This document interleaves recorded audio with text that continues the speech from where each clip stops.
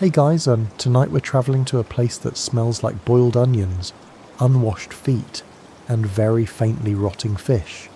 You're stepping into a time when food was less about flavour and more about survival.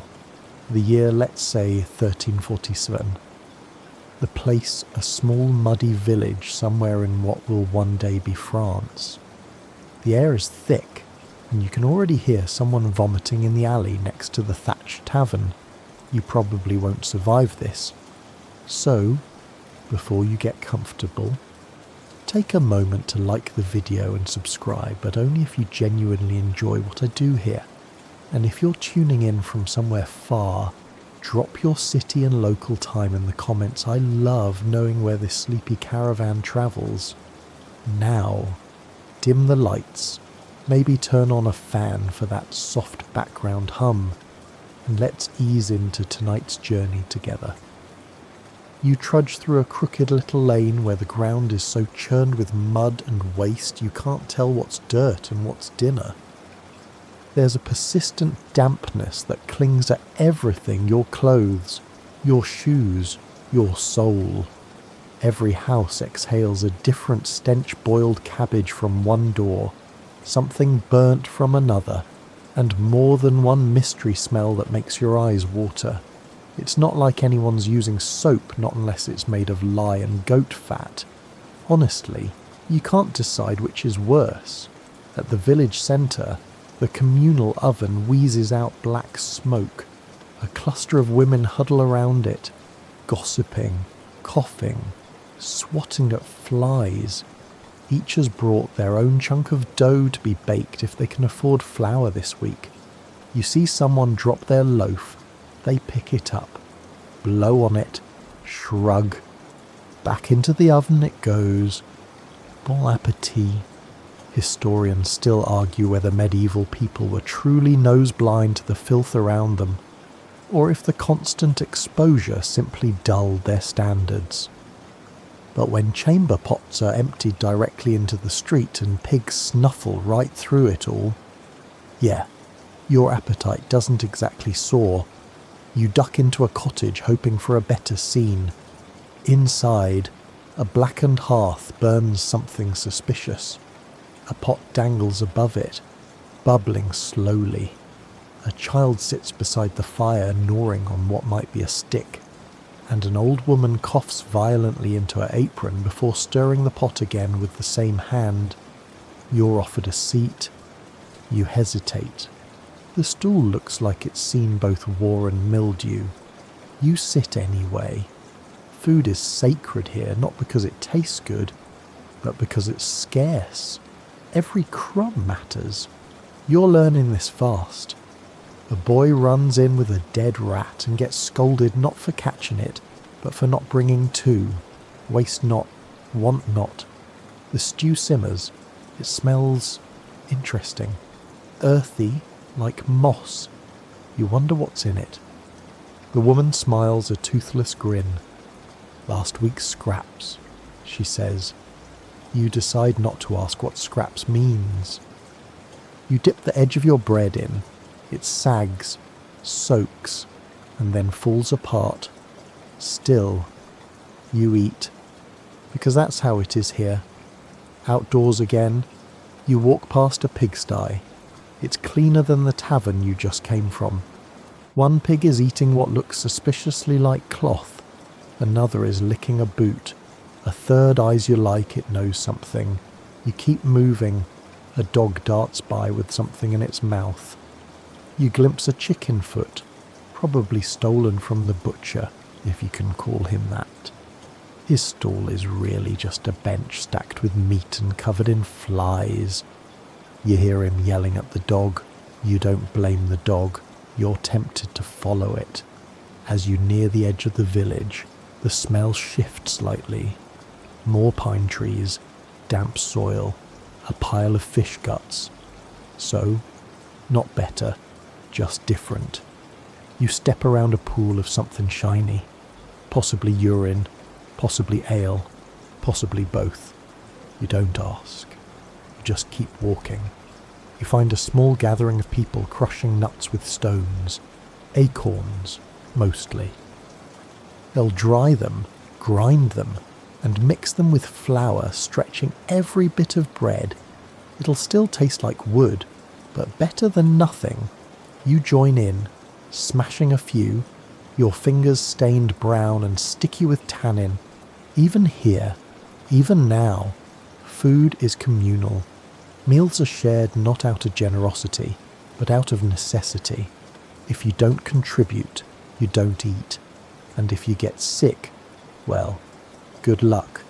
Someone mutters that the baker's son died last week. Food poisoning. Maybe. Or just food. There's something oddly comforting in all this chaos. The simplicity, the intimacy of survival. You eat what's there. You thank the pot, even if it gave you hives. You live with hunger like it's a familiar neighbour, annoying but permanent. The sun dips lower. A bell rings in the distance, calling people to evening prayer, or maybe just signalling the tavern's open. Hard to tell. You follow the crowd, stomach growling, nose still adjusting, heart slightly heavier. In this world, your next meal isn't guaranteed, and flavour is a luxury. Still, you eat. Still, you live. You wake up hungry. Of course you do. You're in the Middle Ages, and everyone wakes up hungry. Your mouth tastes like old bread and wood smoke, and your stomach already sounds like it's protesting the idea of another rye breakfast. You drag yourself from the straw pile you slept on, scratch at a flea bite or three and head outside, because someone's already lighting the fire near the communal oven. You're hoping for bread. That's the best case scenario. But as you join the early risers gathered around the stone oven, a chill slinks down your spine. The woman beside you clutches her belly and mutters, "Hope this batch don't dance." You blink. She means ergot. See? Most people in your little village eat rye bread. It's cheap. It grows even when the weather's trash, and you can stretch it with anything from ground bark to bean flour. But there's a catch when rye gets damp and sits too long. A certain fungus shows up, Claviceps purpurea. You don't know that name, of course. You just call it cursed grain. But the results are the same, a loaf that looks normal but brings on convulsions, burning limbs and vivid, nightmarish hallucinations. The church calls it holy fire. You call it Tuesday. Historians still argue whether medieval people actually understood the cause of these outbreaks, or just blamed it on sin, witches, or an angry Saint Anthony. Spoiler, usually all three. What's clear is that whole villages have suffered waves of dancing plagues and mass hysteria, some say brought on by tainted bread. You chew slower now. Today's loaf is dark, dense, crunchy in a suspicious way. You break it open, nothing wiggling. You sniff it. Smells like bread and damp socks. That's a good sign. Probably you nibble, chew, swallow. Your stomach rumbles like it's negotiating with itself. Your gums hurt a little because the bread is hard, crusty, and ground with enough stone fragments to start a quarry. You wonder if teeth were considered optional back then. They must have been, judging by how many villagers are already missing theirs. A kid nearby bites into his crust, winces, then grins, gums bleeding slightly. Still better than last week, he says. You don't ask what happened last week. You wander to the baker's corner. He's slouched by the oven, eyes red, hands black with soot. He tells you the last grain shipment came from 2 towns over, but the sacks had mildew. Picked out the worst of it. He shrugs. You nod like that means something. What you're really hearing is if this bread sends you into a week-long seizure, it's your own fault for being poor. Still, you eat. You see a family scraping burnt bits from yesterday's crust and soaking them in ale to soften them. They look content. The youngest is chewing on a piece the size of his fist. Maybe it's not so bad, you think. Then a man down the lane starts vomiting violently, collapsing to his knees in the mud. People scatter. Someone yells, "Don't touch him." The baker frowns. Could be the bread, or the water, or bad cabbage. Pick a card. Any card. To be fair, not all bread is deadly. In rich houses, they get fine white loaves made of sifted wheat flour. You've seen those only once during a feast at the manor. They looked like clouds, tasted like nothing. You weren't allowed more than a corner. Here, you eat brown bread, dark as soil, thick as your arm, sometimes with oat, sometimes barley, sometimes something called maslin, a mix of wheat and rye. Usually when the baker's desperate, it fills the belly. It doesn't satisfy. You remember Aruma, a town up north where they bake bread with chestnuts and honey. You dream about that sometimes. In your dreams, the crust doesn't hurt your jaw, and the centre is soft and warm, like a hug you can eat. But here, you get what the earth gives, and what it gives today is grain of questionable intent, crushed with possibly broken millstones, and baked in an oven that hasn't been cleaned since ever. You notice a few chickens wandering the lane, pecking at crumbs. You envy them. They seem happy. Then one drops dead. Everyone pretends not to notice. A few houses down, a woman displays her loaves proudly. She added dried nettles and herbs. Her children chew them cautiously. Tastes like forest, the smallest says. Good forest or bad forest, she asks. Mostly bark. He replies. They laugh. You do too. This is the rhythm you survive breakfast, and you count that as a win.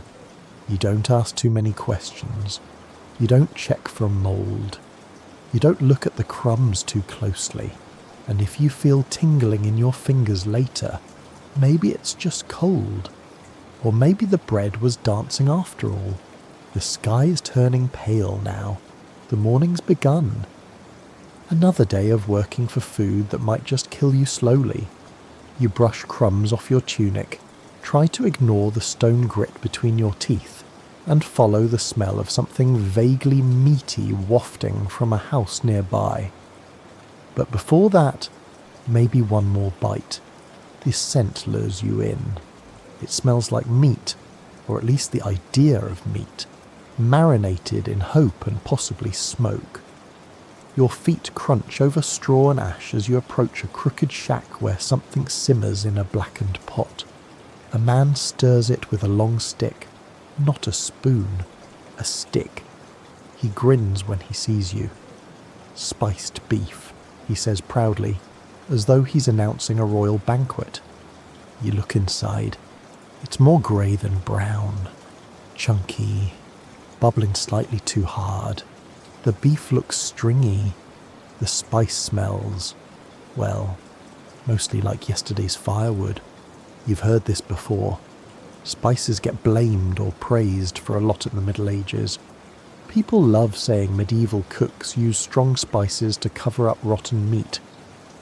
And sure, sometimes they did. But spices cost a fortune, especially the real ones from the East, like pepper, cloves, and cinnamon. So most of the time, what people actually do is scrape off the worst bits, stew it all until the flavour gives up, then toss in whatever dried herb or soot-covered root they can find. You peer into the pot again. There's a floating sprig of something, maybe sage, maybe moss. You don't ask. Historians still argue whether medieval folk really ate spoiled meat regularly, or if that's just a modern myth. What we do know is they didn't have fridges. Their preservation methods were hit or miss, and their standards were far, far below yours. The man offers you a bowl. You take it. The The meat collapses when you touch it with your fingers. There's a jolt of saltiness, then a background flavour of wet barn. You chew, slowly. The texture is somewhere between jerky and regret. Still, your body thanks you. It's protein. Kind of. You sit beside the fire. A woman next to you is gnawing on something that looks like a rib. She picks something from her teeth and smiles. "Yesterday's feast," she says. "Wedding down the lane." You raise an eyebrow. "Got leftovers." She laughs. More like what was left after the dogs ran off with the good parts. You try not to look at what's in your bowl. In wealthier houses, those of merchants or minor nobles, meat is more common. But common doesn't mean better. Roasted swan, peacock, or porpoise may sound grand, but often it's overcooked, covered in sauces made from vinegar and almond milk, and stuffed with things that don't belong anywhere near poultry. Cinnamon on fish eel pie with raisins. You've seen it. You've smelled it. You're not jealous. Still, you've heard tales of lavish feasts where entire boars are roasted, decorated with apples in their mouths and paraded before guests. The meat is dry, of course. The outside burns while the inside barely cooks. The guests clap anyway. Some choke. One noble once died from a bone lodged in his throat. The priest called it divine punishment. Everyone else just picked at their cold turnips and pretended to enjoy themselves. Back in your village, meat's a once-a-week treat, if that. Mostly pigs. Pigs are the medieval miracle. They eat garbage, reproduce fast, and don't complain when you turn them into 57 different meals. You've eaten pork fat spread on bread, pork skin boiled into jelly, and pork blood baked into pies. Sometimes in the same sitting, but when the meat runs out or gets too funky, you get creative. Dried fish is popular. So is salted herring. Not because it's good, but because it lasts. You've eaten herring that predates your memory of sunlight. It tastes like brine, despair, and a hint of shoe. You remember once biting into a sausage that oozed when you cut it. It wasn't supposed to. You stared at it. It stared back. You still ate it. Hunger makes philosophers of us all. Ever had hedgehog someone ask beside you, as if that's a normal question? You blink. "Tastes like pork," he says. "If pork was angry." Turns out, people eat all kinds of things in the Middle Ages when times get tough. Badgers, squirrels, even cats, though no one admits to that. Not in public. Anyway. And birds. Anything that flies, waddles or squeaks might end up on a spit. You stand and thank the man for the stew.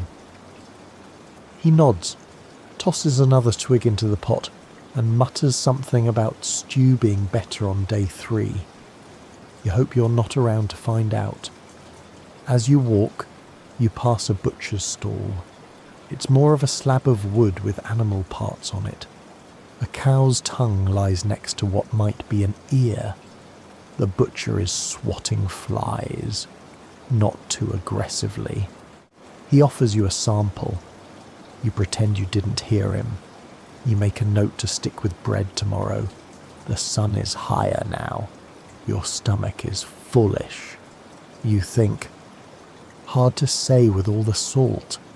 Your mouth feels like sandpaper. You find a trough and splash water on your face. A pig joins you. You nod respectfully. It grunts. And just like that, you're off again searching for your next bite of something edible, or at least less inedible than what you just had. The butter stares at you, or at least it feels like it does, as you prod the yellowish lump sitting in the chipped wooden bowl. It jiggles oddly, part solid, part ooze. You tilt your head. You're not sure if it's curdled, fermented, or simply contemplating an escape. The woman who served it gives you a look that says, "Don't be picky." You're not. You spread it on a crust of rye bread and hope your stomach won't hold a grudge. Dairy in the Middle Ages is a gamble. Always. Milk spoils fast, like blink and it's sour fast, especially when your kitchen is a fireplace and your fridge is the window ledge in winter. If you're lucky, you get fresh milk early in the morning, still warm from the cow or goat, foamy and sweet. If you're not, you get what you're holding now, a soft, tangy reminder that refrigeration is centuries away. You take a bite, it's sour, slightly fizzy, possibly alive. You chew anyway. Historians still argue whether medieval people truly like the taste of their older butter or if they simply had no other choice. Preservation often meant burying butter in a clay pot and storing it in the ground. For months in Ireland, they've literally dug up 1,000-year-old butter from bogs. Not a recipe you're eager to replicate. Cheese is no safer. You spot some nearby round, hard, dusted in ash. A peasant man cuts into it with a small knife and hands you a slice. You bite in and crunch. There's a strange, gritty texture, like sand in mashed potatoes, bit of straw in the curd. He shrugs, adds character. You nod. Character indeed. You're told this is fresh cheese. Fresh meaning it was probably made this month. It smells like barn, tastes like salt and chalk, and coats your mouth in a way that feels personal. But it's calories, protein, fat. It'll keep you going. Probably. Sometimes. The cheese is soft curdled milk strained through cloth and pressed into little patties. Tangy. A bit like yogurt. Other times. It's aged and tough enough to be used as a weapon. You've seen people hammer nails with it. You've seen others eat it anyway. Hunger has no shame. You walk past a few homes where butter making's underway. It looks oddly peaceful, ladles sloshing milk into churns, arms pumping the paddles up and down. Churn, pause, churn. The rhythm is almost meditative. Then someone opens a lid and sniffs. Immediate grimace. Bad batch, they mutter. Into the pig trough it goes. Even the pigs hesitate. In wealthier homes, of course, dairy is cleaner. Sort of. Nobles enjoy creamy sauces, soft cheeses imported from Italy or France, or, if they're already in France, just imported from the monastery down the road. But even there, outbreaks of milk sickness happen. Some claim it's from cows eating certain plants. Others blame sorcery. Everyone's always blaming sorcery. You'd blame the cows, personally. They look too smug. And let's not forget the holy war on dairy. The church has a complex relationship with food, especially animal products. Fasting rules ban meat, milk, and eggs on certain days like all of Lent, Fridays, and about half the calendar year. People get creative. Almond milk becomes a substitute. Fish becomes meaty, and beaver tails. Well, historians still chuckle about this one since beavers live in water. Their tails were declared fish by some bishops. So, yes, you could have fish and cheese on Friday. Welcome to theology-based cuisine. A boy trots by with a basket. Inside are small crocks of something pale and lumpy. Clabber, he says proudly. That's milk left out until it thickens on its own. No rennet, no boiling, just time and temperature. You nod politely. He offers you a taste. You fake a cough and keep walking. Someone nearby is whipping up a drink posset. Milk, curdled with ale or vinegar. It's warm, thick, a little like drinkable cheese. A medieval milkshake. If the milkshake was also a dare, you sip. It's not the worst thing you've had today. Suddenly a woman screams, not the murder kind, more the frustrated "I spilled the butter again" kind. You see a lump of pale goo sliding across the floor, trailed by straw and chicken feathers. It's butter, escaping butter. You salute its bravery as it disappears under a bench. Life with dairy in the Middle Ages is constant negotiation. You never really trust it, but you need it. Butter adds flavour, sort of. Cheese adds texture, also sort of. Milk, when fresh, is a rare luxury. When sour, it's a punishment you endure with a stiff upper lip and a silent prayer. You lick your fingers and glance at the bowl. The butter is still staring at you. You stare back. A fly lands on it. You decide that's a sign to move on. Tomorrow, maybe there'll be honey. You don't even like honey that much. But right now, anything not made of curdled sadness sounds like a dream. You're starting to notice something odd, something missing, actually. Where are the vegetables? You look around. You've seen bread, some meat-adjacent things, dairy with an attitude, but vegetables, not so much. A few limp onions drying on a string, some shriveled greens in a pot, a cabbage that looks like it survived a war. That's it. Here's the thing, vegetables in the Middle Ages are second-class citizens. You don't crave them, you tolerate them. They're poor people's food, and unfortunately that's exactly your demographic. You head to the edge of the village, where a crooked little garden struggles against frost and general despair. A woman is kneeling there, pulling something from the soil. Parsnips, long, pale, and vaguely accusatory. She wipes one on her apron and bites in. No salt, no boiling, just dirt and defiance. You remember yesterday's meal. There was a vegetable in it. Probably. It might have been turnip. It might have been not. It was orange. Kind of. Historians still argue whether medieval people truly avoided vegetables out of suspicion, or just because they didn't have good ways to preserve or cook them. But many viewed green things with a mix of disdain and vague fear. Some thought raw vegetables caused illness. Others believed nightshades like tomatoes and eggplants were outright poisonous, which, to be fair, isn't entirely wrong. You don't eat a raw eggplant unless you enjoy stomach cramps and existential doubt. You spot a pile of leeks nearby. Leeks are a staple. They go in everything: soups, stews, pottages. They're strong enough to add flavour, but cheap enough that no one fights over them. Except for that one time you saw two boys argue over the last leek in the pot. It ended in tears and mud. The leek was never found. You pick one up and sniff. It's been out a while. Smells like regret.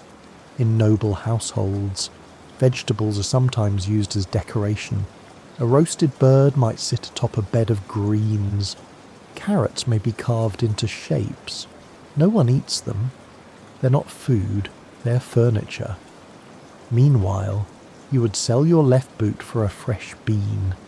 You visit a nearby field where some older kids are foraging. Dandelion leaves, nettles, sorrel, anything edible and vaguely leafy. One boy points at a mushroom. The others shout no in unison. That mushroom apparently killed someone's aunt last year, or turned her into a frog. Hard to say. The Middle Ages is 90% rumours and 10% real-life horror stories. You pass a hut where a pot is boiling. Inside cabbage. Of course it's cabbage. It's always cabbage. Steamed, boiled, mashed, fried. Well, not fried. Oil's expensive. You get boiled cabbage, and more boiled cabbage, and when it cools, you boil it again. The smell is pungent, that uniquely medieval blend of sulphur and wet socks. You take a bite. It slaps your tongue like an angry ghost. You chew, slowly, regretfully, but your gut says thank you anyway. It's funny, vegetables are one of the few things you can grow yourself, and yet they remain culinary afterthoughts. Maybe it's the lack of seasoning. Maybe it's the fact that everything's boiled into a uniform shade of brownish mush. Maybe you just miss a tomato salad with vinaigrette, which, by the way, doesn't exist yet. Tomatoes won't even show up in Europe for another 200 years. Sorry. You help carry a basket of root vegetables to a neighbour's hut. Inside, she's preparing dinner. Carrots, turnips, and a mystery tuber are chopped into uneven hunks and dumped into a pot. No broth, no fat, just water. She throws in a pinch of dried herbs. They do absolutely nothing. You remember that joke someone told? What's the difference between peasant stew and ditch water? Answer hope. Still, the pot simmers. You sit nearby, warmth on your cheeks, the smell of hot turnip filling your nose. It's not good, but it's something. A few drops of oil would change everything. A clove of garlic, unimaginable luxury. And fruit, If it's not summer or early fall, forget it. Apples are for pressing into cider. Berries are dried or turned into preserves if you have sugar, which you don't. You saw a plum once. You cried a little. Some believe certain vegetables have medicinal powers. Leeks ward off colds. Onions purify the blood. Garlic keeps away demons and your friends. One woman swears by boiled radish water for gout. Another eats raw turnip to keep the humours flowing. You nod sagely. You don't know what humours are. No one really does. The soup is done. The neighbour ladles some into a bowl and hands it to you. It's greyish, lumpy. Steam curls up gently. You take a sip. It tastes like earth and memory, but it's warm and it fills your belly, and tonight, that's enough. You lean back against the wall. Your breath fogs the air. Someone burps loudly in the corner. You smile. It smells like cabbage. Everything does. You're back at the hearth. Same pot, different day. You peer into the bubbling mess with cautious optimism. Or maybe it's just low blood sugar. This is pottage. Your old frenemy. The eternal dish. The mother of all medieval meals. A thick, gluey, slow-cooked blob of whatever is left. It's not quite soup. Not quite stew. It's food-adjacent sludge that stretches ingredients the way a peasant stretches hope thin, stringy, and just enough to get by. This morning's pottage includes barley, onion, some peas, half a cabbage leaf.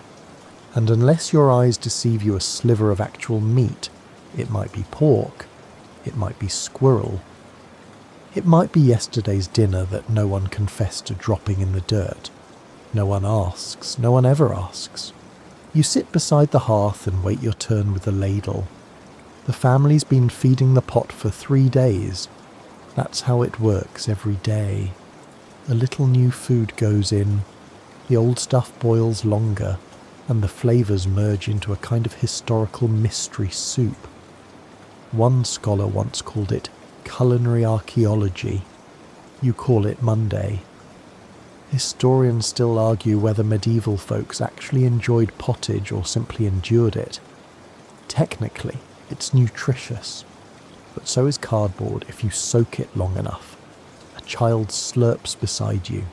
His bowl is steaming. He's blowing into it like it's a fine broth. Tastes better than last week, he says. You wonder what happened last week. You stop wondering. Your bowl is filled. The smell is complex, earthy, smoky, a little like hay. You scoop a spoonful and watch it wobble. You take a bite. It's hot, sticky. The peas are mush, the grains are chewy, and there's a hint of something sweet, maybe a rogue parsnip. It coats your tongue and throat, as though it wants to move in permanently. There's comfort here, though. Pottage doesn't try to impress, it just is. A faithful companion to peasants, labourers, and anyone unlucky enough to be born before refrigeration. You help stir the pot. The spoon meets resistance. Something thick clings to the bottom, burnt, probably. You keep stirring. The idea is to never let the pot go empty. Some households keep a pottage simmering for days, even weeks. It's a living thing, almost, a generational stew. Today's lunch includes echoes of Tuesday's breakfast and last Sunday's mystery squirrel. You sprinkle in a pinch of herbs, maybe thyme, maybe dried weeds, hard to tell. Someone once said herbs were the only thing that could make pottage taste like food. You're skeptical. Nearby, a man coughs and adds stale beer, adds flavour. He claims, you taste his bowl. It tastes like soggy bread and decision fatigue. One woman swears by adding prunes. Sweet and earthy, she says. You try her version. It's better, or at least different. Your tongue thanks her for the novelty. The kids get creative. One dares another to put a frog leg in the pot. The mother scolds them, then adds it anyway. Protein's protein, even in noble homes. Pottage is common, just fancier. Their versions include almonds, saffron, and actual stock. You had noble pottage once. It was golden, silky, tasted faintly of chicken and superiority. But your version is honest, rough, honest. A reminder that life is mostly beige and tastes faintly of smoke. You sip more. A chunk of barley sticks to your lip. You lick it off. Not bad. Then the fire sputters.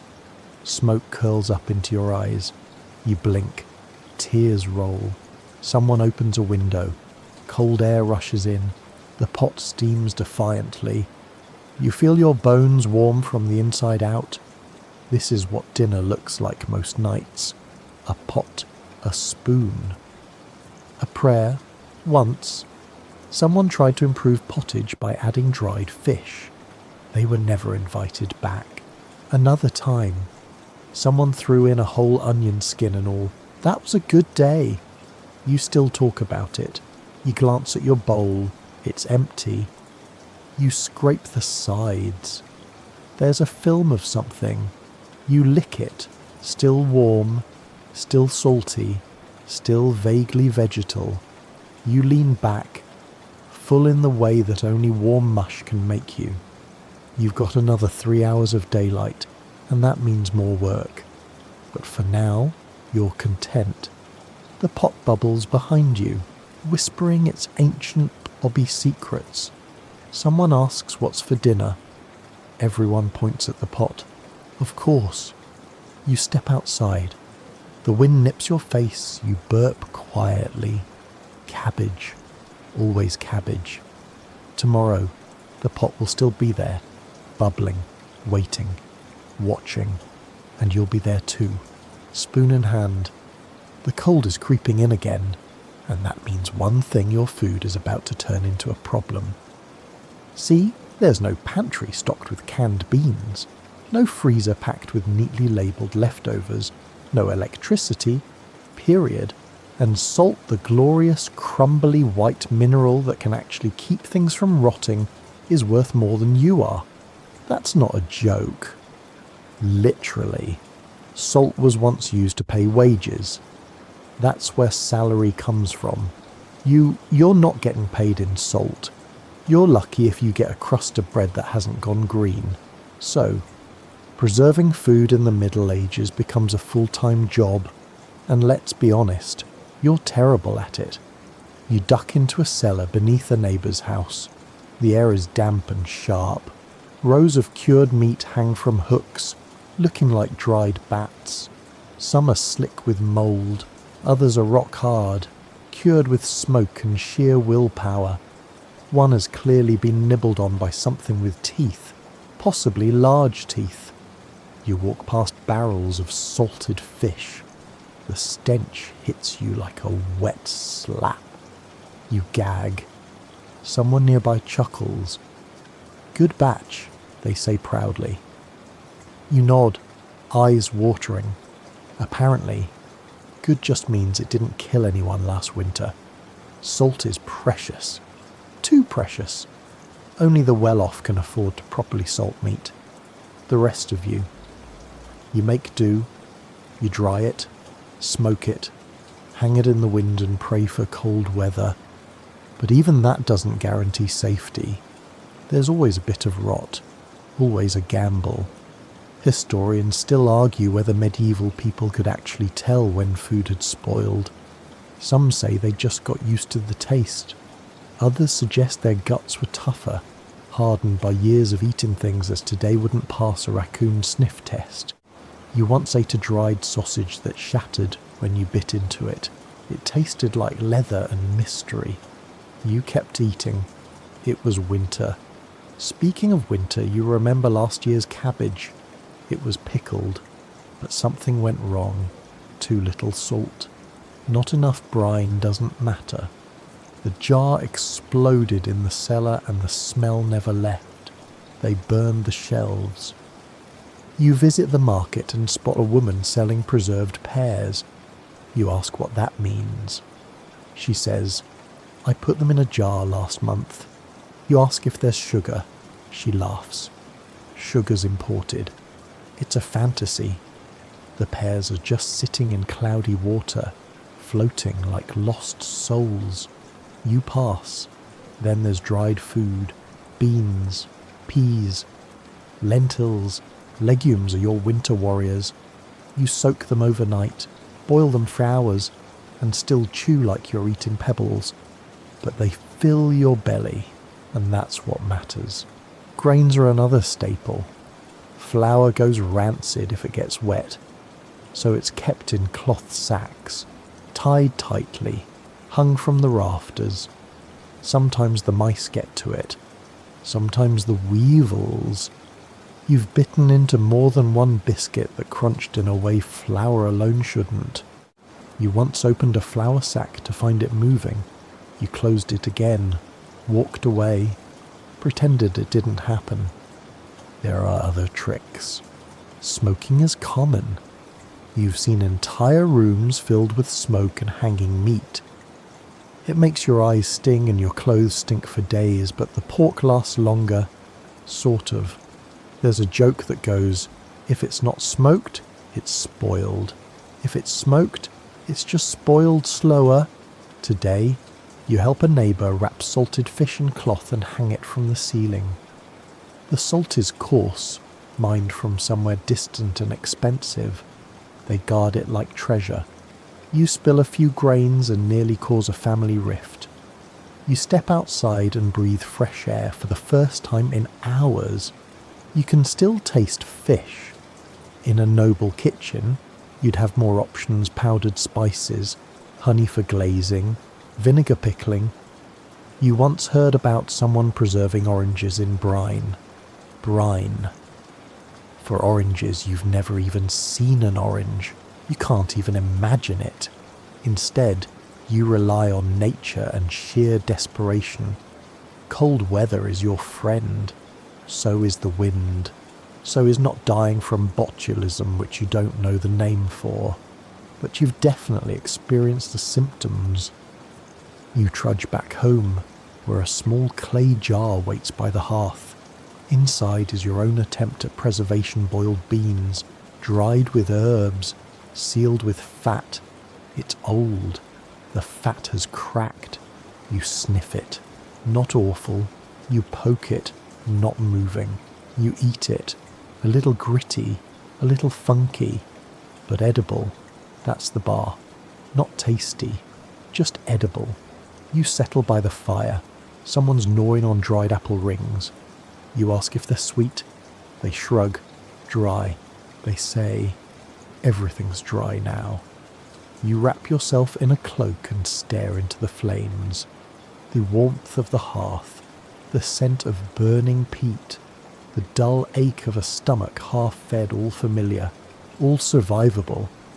Tomorrow, you'll try the dried mushrooms someone gave you last spring. You'll pretend they're fresh. You'll pretend you're rich. You'll pretend not to notice the chewiness. For now, the smoke curls gently into your hair. The salted meat sways in the rafters. The cold knocks softly at the door. And you're still here. You're not sure when it happened, when beer quietly became your most reliable friend. Maybe it was the 5th time water made you violently ill. Maybe it was the morning you realized you hadn't had anything but ale for 3 days straight, and felt strangely fine. Either way, this cloudy, warm, slightly sour brew is your daily companion now. Breakfast ale, lunch ale, that cough you can't shake. More ale, everyone drinks it, even children, especially children. At least it doesn't kill you. Well, not quickly. You reach for the jug sitting near the hearth. It's been fermenting for a couple of days in a barrel that once held something very different. You pour it into a wooden cup. The colour is beige with an attitude. A thick foam clings to the top like it's not sure it wants to leave. You sip. It's room temperature and has the texture of watery oatmeal. Still better than the last batch, which had actual oats floating in it. You chew. You swallow. It buzzes slightly in your chest, not from alcohol, but from sheer familiarity. This is small beer week, low alcohol ale made for daily drinking. Unlike stronger brews served at inns or feasts, this one won't knock you out. It won't keep forever, either. But it's safer than water, way safer. Because water, as you know, is not to be trusted. Streams shimmer under the sun, inviting you to drink, but they lie. They carry the runoff of every privy, pigsty, and tannery upstream. You've sipped from a well only to find yourself locked in a hut with fever and something politely described as the flux. Historians still argue whether medieval people truly understood germ theory before germ theory existed, but evidence shows they knew water could kill you. They may not have known why, but they knew when, so beer it is. You remember your first time helping with brewing. You helped gather the grains barley, mostly then dried them over smoke, crushed them roughly with a mallet, boiled them into a mash, strained them through a cloth, and fermented the lot with old yeast. You didn't clean the cloth. No one does. It's seasoned. You nodded sagely at this, pretended it made sense. Now, you do it all the time. Brew day is a communal event. The village smells like bread and smoke and faint vinegar. It's strangely comforting. Someone always sings. Someone always spills. Someone always gets too confident and tries to flavour the ale with wild herbs and ends up inventing sadness in liquid form. You walk past a child holding a mug larger than her head. She grins and burps. 2 cups today, she boasts. You ruffle her hair and move on. There's something almost elegant in how beer is woven into daily life. You drink it instead of water. You add it to pottage. You mix it with stale bread to make beer soup, which sounds better than it tastes. You use it in rituals. You toast with it at weddings and drown your sorrows with it at funerals. Even the monasteries brew beer. Arguably, they brew it best. Their versions are richer, smoother, sometimes laced with honey or herbs. You had one once pilfered during a rare visit to a cousin who cleaned monastery latrines. It was the closest you've come to believing in miracles. In noble homes, beer is joined by wine imported, expensive, and sometimes rancid. You've tasted noble wine. It tasted like vinegar and regret, served in a golden cup. You prefer your muddy ale in a chipped mug. It tells the truth. Someone offers you a different drink mead, honey wine, rare, sweet. You sip. It clings to your tongue like a warm poem. You sigh. Then it's gone. Back to ale. There are dangers, of course. Beer can go bad, spoil, turn. You once drank a cup that smelled like feet and woke up seeing two suns. The local wise woman said you'd angered the humours. She made you drink a tea of boiled nettles and sheep dung. You survived. Barely. Now, you sniff the ale before you drink. You swirl it, even like a sommelier with low expectations. This one's good. Mildly fizzy. Tastes like toasted grain and a hint of sour apple. You raise it to no one in particular. To clean water, you say, and drink. You sit near the tavern's hearth, listening to old men grumble about taxes and young ones lie about who they kissed. The tavern smells like yeast and sweat and ancient wood. You lean back. The cup is warm in your hand. You're full of mushy pottage and tepid ale. It's not luxury. It's not even comfort. But it's safe. And in the Middle Ages, that's rare enough to toast. You're thirsty again. Not the I could use a drink kind, but that deep, dry, lips sticking together thirst that comes when you've eaten too much salt and not enough common sense. The last 3 meals were varying shades of salted, smoked, or pickled, and now your tongue feels like sandpaper. So, you do something dangerous. You reach for water. The stream looks innocent enough, trickling peacefully under a wooden bridge near the edge of the village. Birds chirp. A cow lumbers nearby.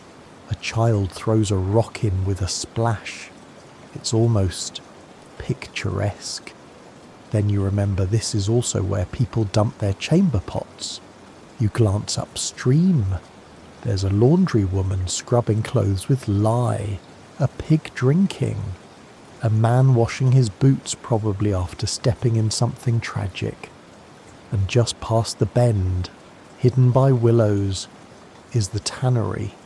You smell it before you see it, a pungent mix of lime, urine, and ancient sorrow. That water, it's poison in disguise. Still, it's not like you have many options. The well in the centre of town is a step up, but not much. The bucket creaks as it's pulled up, slick with algae and something darker. The water smells faintly metallic. Maybe iron, maybe rats. You pour a bit into your wooden cup and hold it to the light. Well, there's some light. It's cloudy. Not in the poetic. Sky full of clouds way. More like soup someone forgot to season or filter. A few mysterious floaters drift lazily at the top. One wiggles. You put the cup down. Historians still argue whether medieval people avoided water entirely or if they just accepted the risk. What we do know, many preferred watered drinks, mead, even diluted wine, not because they were party animals, but because their water sources were basically roulette wheels for dysentery. You once knew a man who only drank water, said it was pure. He's dead now. Cholera? Probably. So when you do drink water, it's been boiled. Usually. The village healer insists that heating it clears the bad spirits. Whether it's spirits or bacteria, you're not sure. But boiled water tastes safe, flat, lifeless, but mercifully uneventful. Sometimes you flavour it. Add a few herbs, mint if you're lucky, dried nettles if you're not. Other times you toss in a crust of bread to make water gruel, which sounds worse than it is. Barely. You remember hearing about a town that built an aqueduct. Fresh, running water. Ingenious. Really, it worked until someone built a slaughterhouse upstream. That town's not around anymore. You walk past a neighbour drawing from a covered well. The rope squeals as the bucket rises. She pours it through a cloth filter. Well, filter might be generous. It's more like a twice-used apron. Still, it catches the frogs. You nod respectfully. Even snow is tricky. You'd think melting clean white snow would be safe. Sometimes it is. Sometimes you boil it and find black flecks at the bottom. Ash from nearby chimneys. Probably. Or soot. Or worst case rat droppings that came with the snow from the roof. You once tried collecting rainwater, set out a bucket, watched it fill slowly with cold, fresh drops. Felt like magic. Until a bird flew over. Let's just say it was a short-lived experiment. In wealthier households, water is fetched from special springs or filtered through sand and charcoal. You've heard of elaborate cisterns. One noble even hired a water taster, whose only job was to test for poison. You laughed at the idea until you got food poisoning from stew last winter. Now you'd hire 10 tasters if you could. There's a boy at the edge of the village selling clean water. You eye the jug. It looks clear. He winks and says it's from the sacred spring. You ask where that is. He points behind the butcher's shed. You walk away. You finally settle on a bowl of warm barley water. Thin, but at least it's been boiled. It tastes like cereal you forgot on the counter, but it hydrates you. Kind of. You sip, slowly. The warmth coats your throat, soothes your dry mouth, dulls the headache that's been building since morning. You exhale. That's better. The village bell rings. A cart rolls by, splashing brown puddles onto your boots. You don't check what it was. You just move. Because here, water is always a risk, but thirst is constant, and so you gamble, not because you're reckless, but because in the Middle Ages, drinking water is an act of faith. And today, you still have faith. You sit down to eat, but something's missing. You pat your lap, glance around. That's when you remember right. There are no forks. There are knives. Everyone's got a knife. Worn on a belt or hidden in a boot. Some are sharp, some less so. Yours is dull and slightly bent because you once used it to pry open a particularly stubborn turnip. That didn't go well.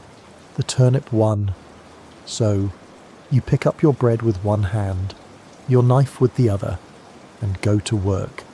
You saw a bit off, stab a piece of cabbage, scoop some pottage. Eating is hands-on, literally. Food is fingered, pinched, torn, passed, and yes, double-dipped. Across from you, a man tears meat with his teeth and wipes his fingers on the dog beside him. The dog seems honoured. Table manners, flexible. This is the normal way. No forks in sight. They exist somewhere, but they're rare, exotic, and vaguely suspicious. Forks look like devil's tools, some say. 2 prongs. What are you? A demon. The church isn't convinced they're moral, so instead, you get fingers, knives, and spoons carved from horn or wood.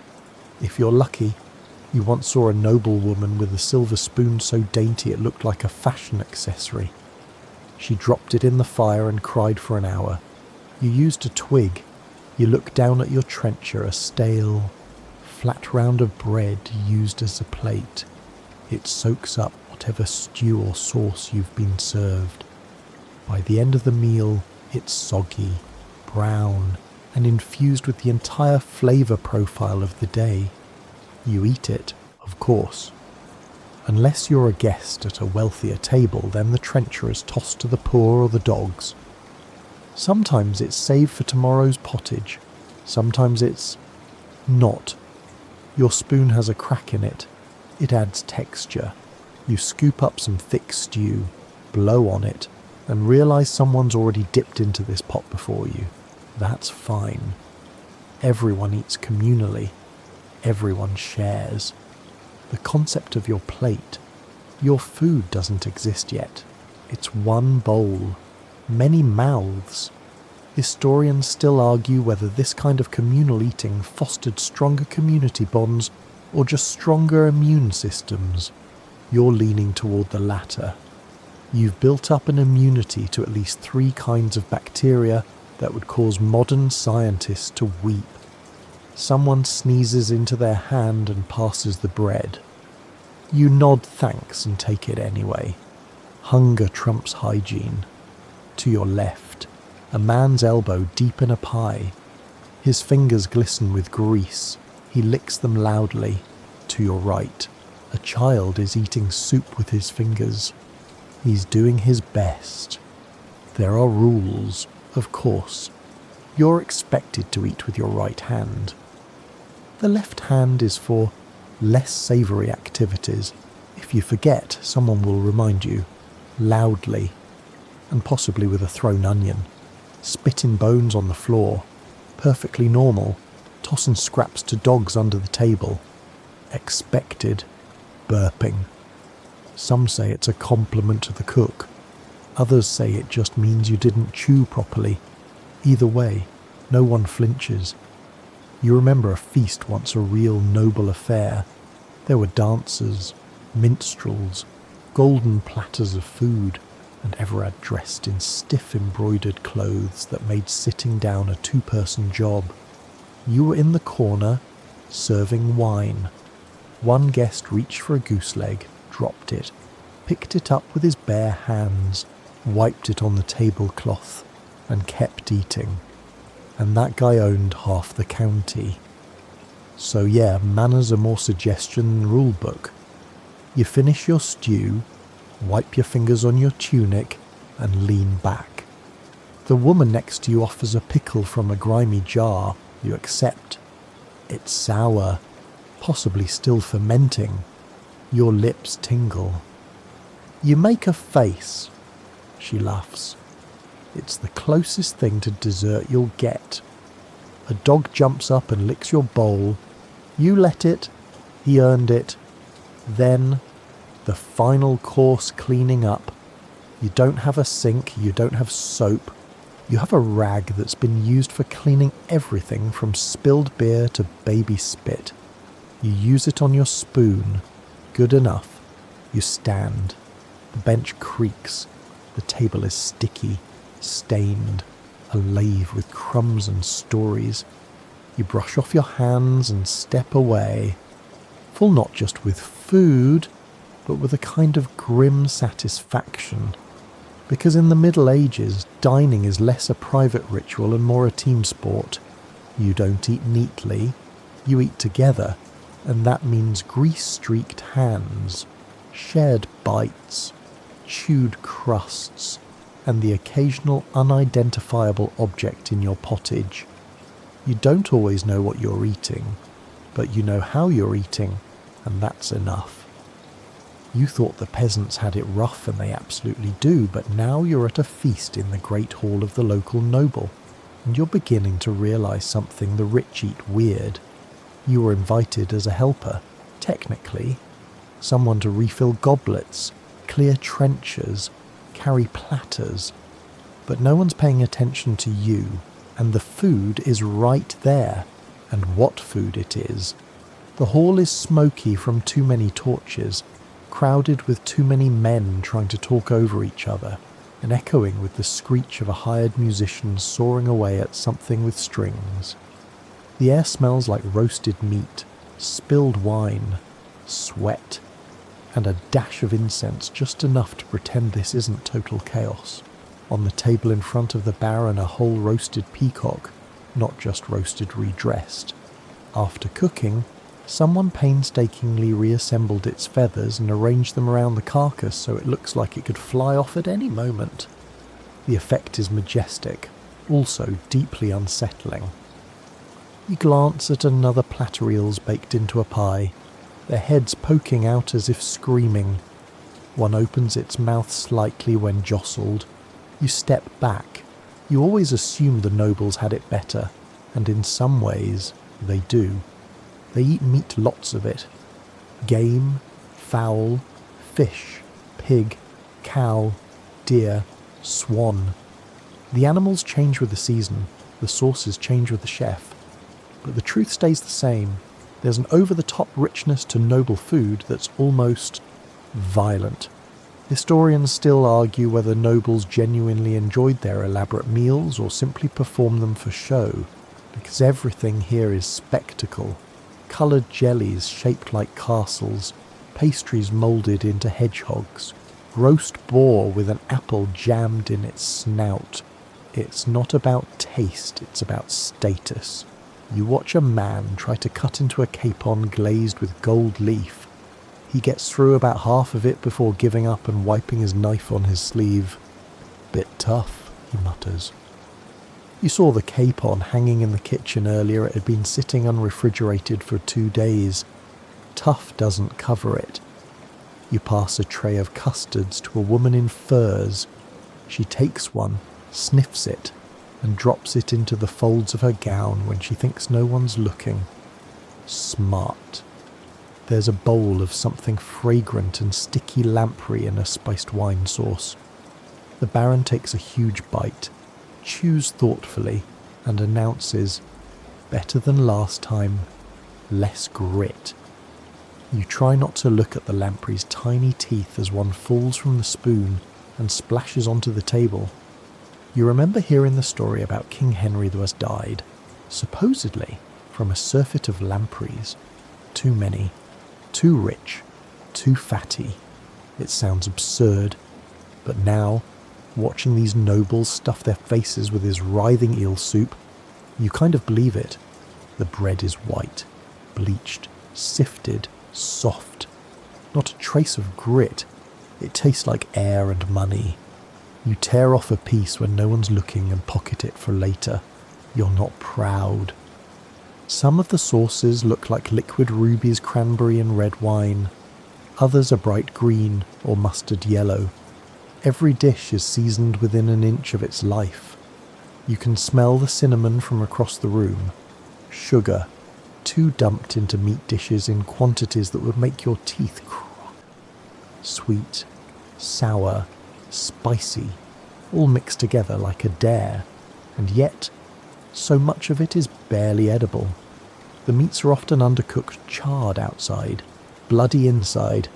The fish smells a bit too fishy. A pie crust caves in like a collapsed roof, revealing a sludge of stewed figs and pigeon bits. You hear a noblewoman say, "Oh good, the bones are still in." You carry the next course in something jellied, wobbly, and shimmering. You're told it's fish set in aspic. It jiggles ominously. You suppress a shudder. The guests applaud. You pour wine into goblets. This stuff isn't the vinegar, you know it's dark, fragrant, and expensive. But some still mix it with water. Habit, maybe, or trauma. You don't blame them. Nearby, a knight picks up a leg of something roasted, bites in, and then pauses mid-chew. He pulls out a long feather. Everyone laughs. "Good luck," someone calls. The knight shrugs and keeps eating. You sneak a piece of roast turnip. It's fine. Overcooked and limp, but familiar. You miss your pottage. Nobles don't drink ale. They drink wine or mead, unless they're slumming it. You catch snippets of conversation, estate taxes, dowries, a neighbour who got excommunicated for stealing swans. No one talks about the food. They just shove it in and keep talking. By the end of the meal, half the table is covered in scraps, sauce, bones, and soggy trenchers. A dog licks something sticky from the floor. The minstrel begins another song. Several people groan. You step back, exhausted. Your tunic smells like goose fat. Your shoes are sticky. Your stomach is confused. Because yes, nobles have more food, more variety, More extravagance, but you're not sure they're any happier. Half of them look bloated, the other half are drunk. One man excuses himself and promptly throws up behind a tapestry. No one reacts. You quietly slip out the side door, clutching your stolen crust of white bread. The night air is cold and clean. The stars flicker. You chew slowly. It tastes like nothing, but it's soft, and that, tonight, is everything. You've stopped asking what's for dinner. Not because you're uninterested, on the contrary. It's all you think about after midday, but because the answer is always the same, whatever's left. That phrase has weight in the Middle Ages. It can mean beans, it can mean barley, it can mean bark scraped from the inside of a tree if winter's gone too long and the rats have vanished. You remember last February, the snow wouldn't melt and the granary was already bare. You watched your neighbour boil an old leather boot for 4 hours. The broth smelled like shoe polish and desperation. He shared. You accepted. You chewed. You don't talk about that day. Tonight's meal is a grey paste with lentils and dried onion. It was probably better a week ago. You stir it with the blunt end of a knife and take small bites, more for your jaw's sake than your taste buds. Chewing hurts lately. Your molars feel loose. Your gums bleed when the bread's too hard, which is always. You eat anyway, slowly, carefully. This is what winter does to food in the Middle Ages. It strips it down to its bones, sometimes literally. Preserved meats, if you had the salt, are long gone. Dried peas are dependable but tasteless. Grains you ground yourself in a hand mill are coarse enough to wear your teeth down like river stones. You once found a pebble in your oatmeal and just kept going. You make your way through the village and pass a hut where someone is cooking something pungent. It smells like boiled bark and vinegar. You ask. She nods. Elm, she says. Scraped it this morning. It's better with lard. You don't ask if she has lard. You know the answer. Historians still argue whether these extreme measures, bark bread, boiled leather, roasted weeds, were everyday realities or only during famine. You shrug. It's not famine right now, but it sure tastes like one. Sometimes. There are lucky breaks.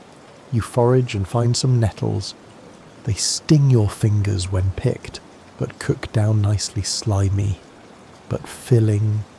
Mushrooms, dangerous game, a few are safe, a few are meals you never finish. You once ate one that made everything smell like copper for 2 days. You avoid mushrooms now. You help gather dried beans from a neighbour's loft. They rattle like bones in a sack. You soak them overnight. The next day, they've absorbed just enough moisture to resemble something that might once have been fresh.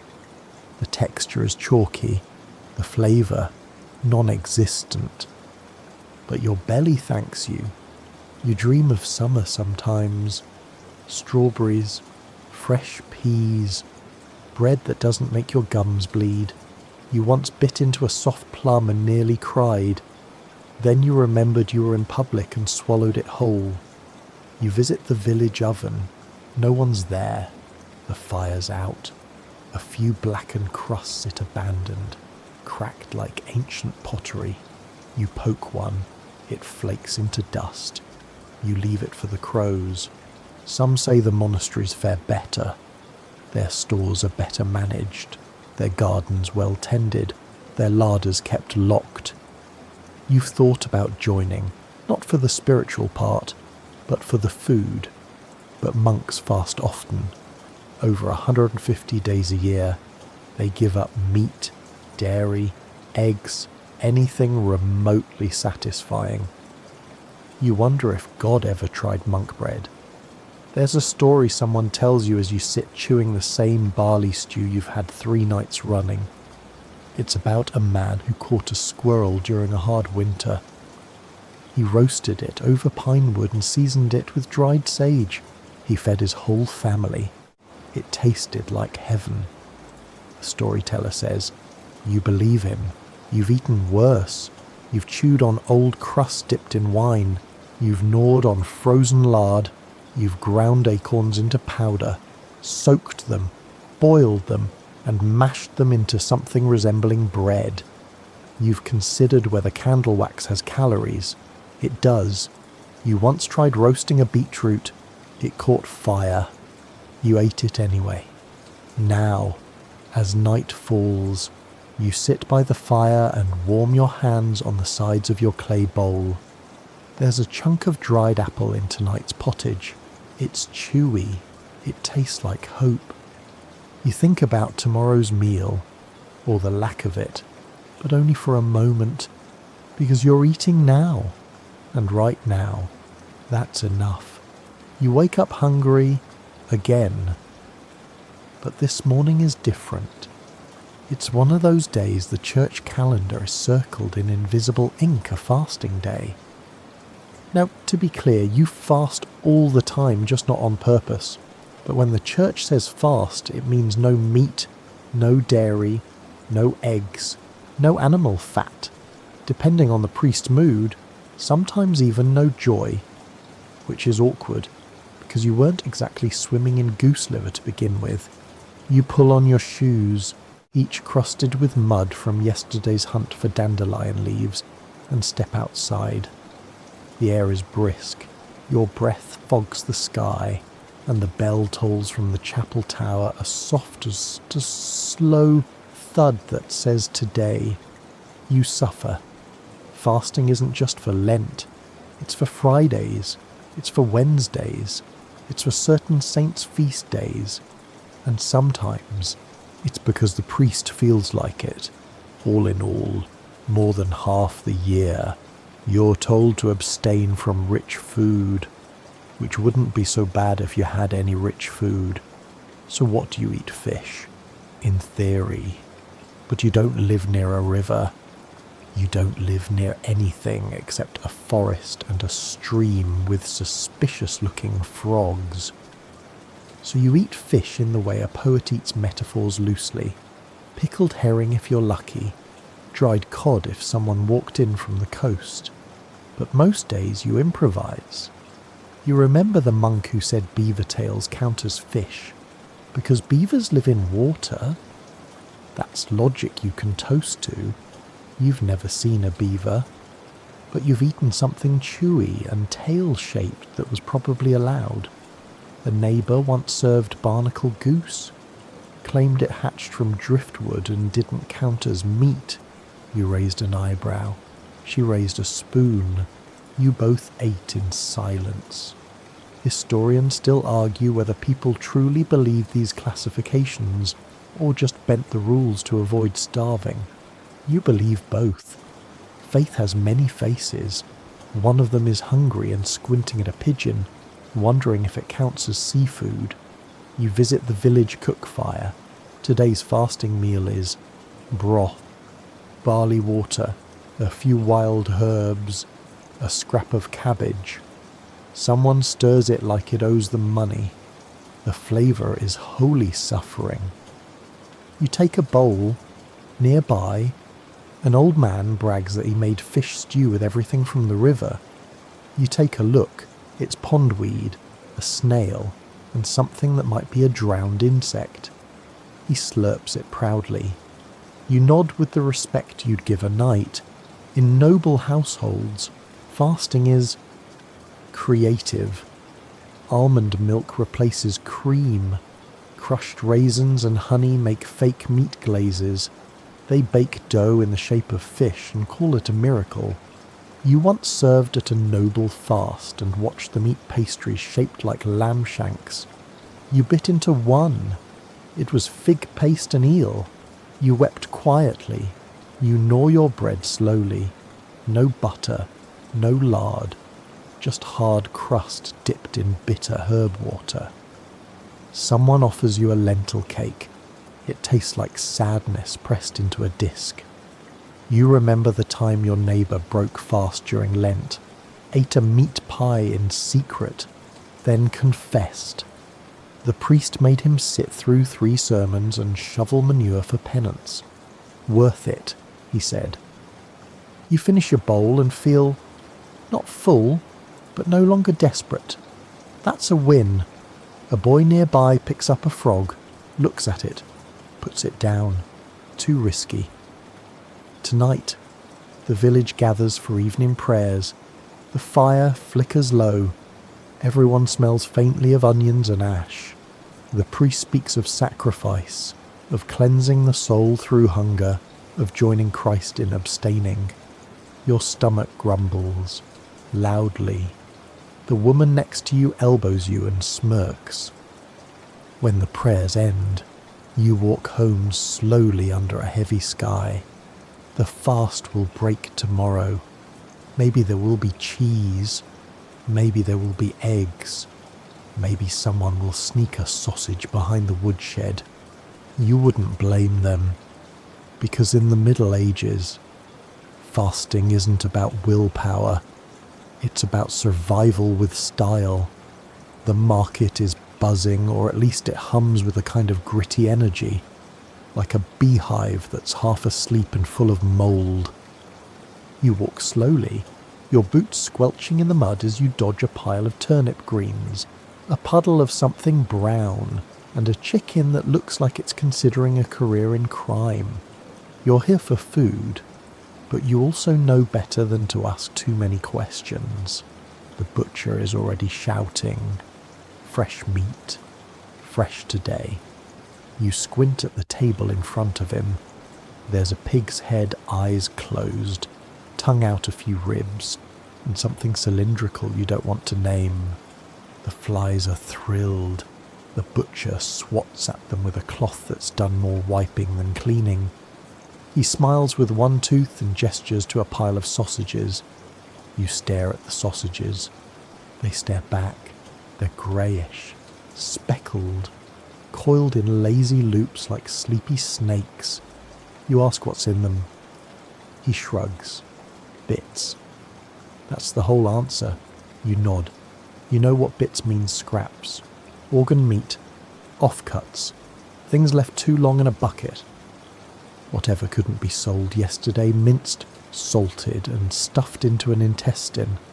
If you're lucky, it's a pig's intestine. If you're not, well, you don't ask. Historians still argue how regulated medieval markets actually were. Some towns had official meat inspectors, but most enforcement was like the weather, unpredictable and often absent. Vendors stretched the truth like they stretched their ingredients. You've seen pies that were 30% meat and 70% hope. You once bit into a meat pasty that crunched in a way no pastry should. You found a feather, the cook said. Adds flavour. You move on to the fishmonger. Today's selection is dried, smoked, or already halfway into decomposition. The smell hits you like a confession. He smiles, rearranging a stack of salted herring with fingers stained black from brine and history. Caught just yesterday. He lies. A cat circles his ankles. You catch its eye. You're not sure who pities whom more. At the vegetable stall, things look better until you get close. The carrots are soft. The onions are sprouting. The cabbage has mould, but only on one side. You know the rule: cut off the green bits and pretend. A woman sells pies from a cart. Meat pies, fruit pies, mystery pies. You try a bite of one.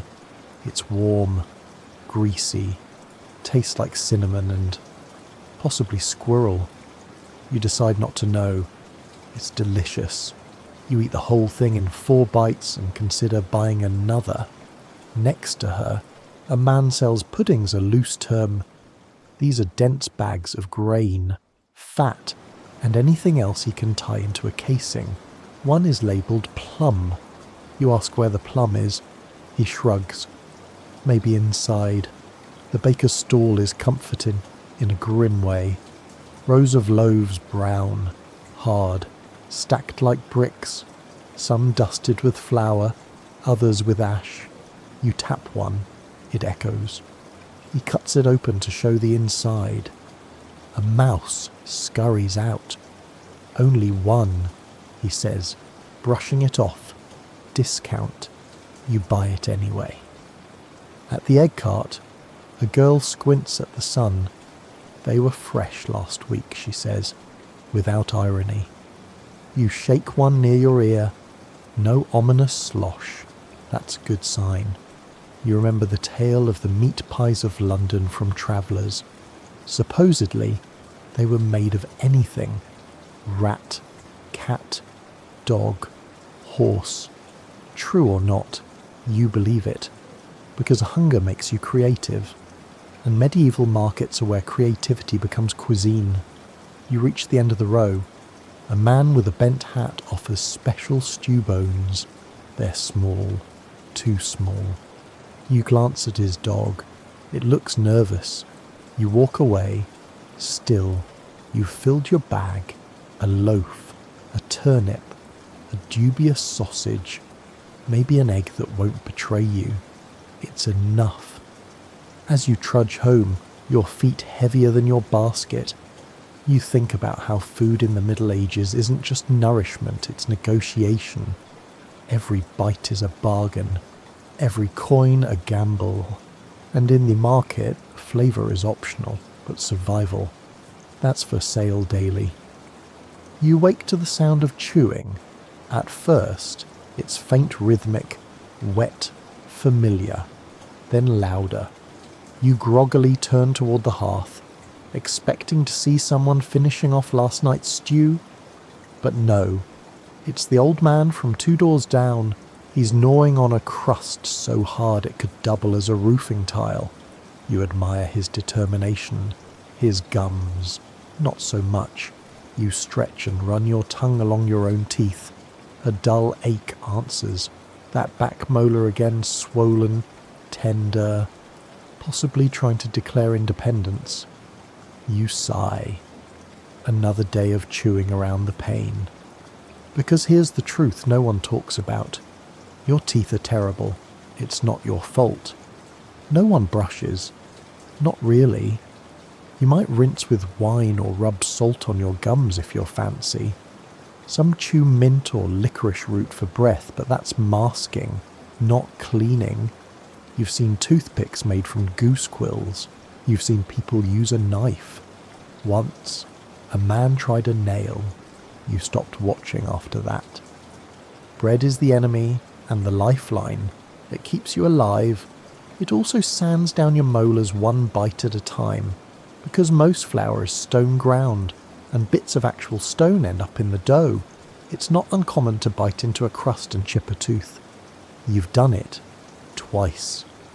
You remember a feast once where the trenchers were extra stale. A guest tried to break one in half and sprained his wrist. He used it to patch a hole in his wall. Dual purpose. You grab your own chunk of bread, slightly fresher, slightly less offensive. You chew carefully. The crust is hard.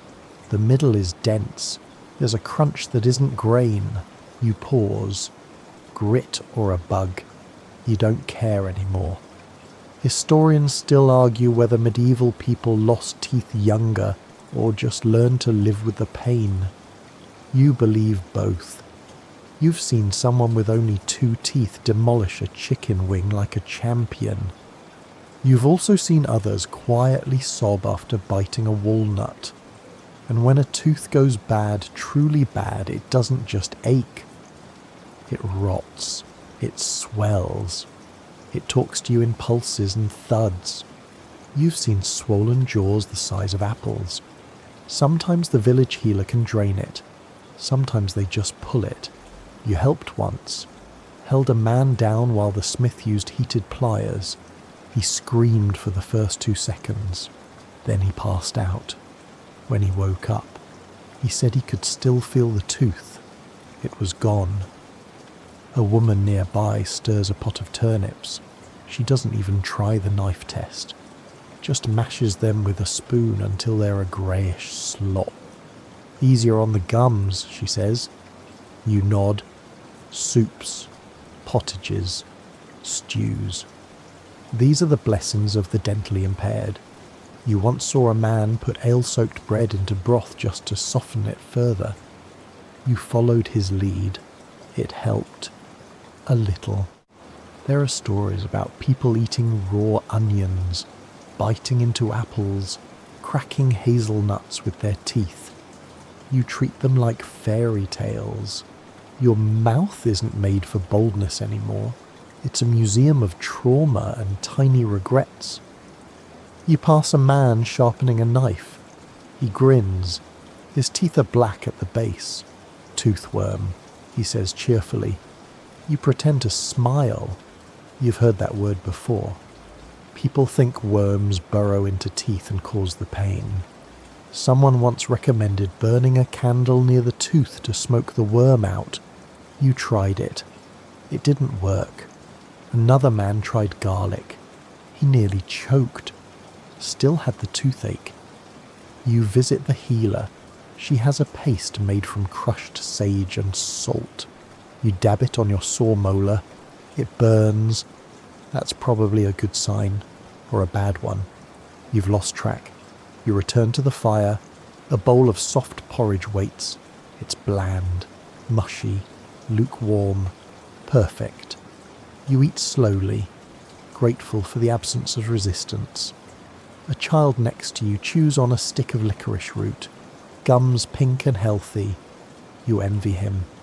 You also hope he never finds out how fast those teeth betray you. The day winds down. You rinse your mouth with warm ale. It doesn't help the tooth, but it numbs the edges of the pain. You stare into the fire and think of the future. Maybe tomorrow. It won't hurt as much. Maybe the healer's paste will work. Maybe your teeth will stay, at least a little longer. And if not, there's always soup. You sit down at the table, or rather, the plank of wood balanced on two barrels that functions as a table, and prepare yourself, not for the food, exactly, for the experience. Because here, in the Middle Ages, table manners are less about napkins and forks and more about survival. The bread is passed around, hard and uneven, its crust flaking onto the boards like sand. You reach out, but not before the man across from you snatches a chunk with both hands and tears it in half using his teeth. A bit of spit flies, lands on the table. He doesn't notice. Or maybe he does and just doesn't care. No one blinks. You grab your piece and inspect it. Still warm from the oven, probably reheated. Still suspicious. You tap it once to check for unwelcome movement. Nothing. Good. Eating is a communal act. You share everything: the bowl, the bread, the utensils if there are any. A single spoon floats in a pot of thick stew, already slick with fingerprints and possibly someone's last cough. You're second in line. You wipe the spoon on your sleeve before taking your scoop. No one says a word. A child sneezes directly onto the table. His mother scolds him, but not for the sneeze. Use your right hand next time, she says. Left hands, after all, are reserved. For private business, everyone knows it, everyone enforces it. You chew slowly. The stew is familiar cabbage, barley, maybe a bone that flirted with the broth. The texture is fine, the temperature lukewarm, the flavour smoky, with a whisper of dirt. You notice a tiny black fleck floating in the bowl. You think it might be a beetle. You remove it politely and keep eating. Historians still argue whether medieval people had any real etiquette at all, but make no mistake, they did. It just didn't look like what you're used to. Table manners were less about elbows on the table, and more about not spitting bones at the wrong person. You can spit. Just aim under the bench or at the hearth. Bonus points if the dog gets it. You've mastered the art of silent judgment, like when the man to your right wipes his mouth with his sleeve. Not because it's offensive, but because you recognise the stain from last week's stew. Someone belches loudly, someone else claps. Compliments to the cook. They joke. A good burp is a compliment here. A really good one earns a smile. Across the table, a woman breaks her bread and offers a piece to her child. He drops it on the ground, picks it up, blows on it, hands it back. She eats it, without blinking. The dogs under the table are the true scavengers of the meal. They wait, ears up, ready for a chunk of crust or a fallen bit of meat. One growls. Another swipes a half-eaten turnip and trots off triumphantly. No one tries to stop him. You're offered a trench of dried apple. You pass. Last time you ate apple, it had a worm. Not a metaphorical one. Then comes the sweeter mash of beans, honey, and ground almonds. Sounds good. Looks complicated. You spoon a bit into your mouth and wince. It's like chewing glue flavoured with tree bark. You swallow anyway. The table shifts as someone leans too hard, nearly tipping the whole setup. A bowl sloshes over. A woman curses softly and lifts her skirt to mop it up. Someone chuckles. You catch yourself licking your fingers. No napkins. Remember, you wipe the rest on your tunic. You look around. Everyone else does the same. There's a code here, unspoken but strict. Don't hoard the bread. Don't chew too loudly.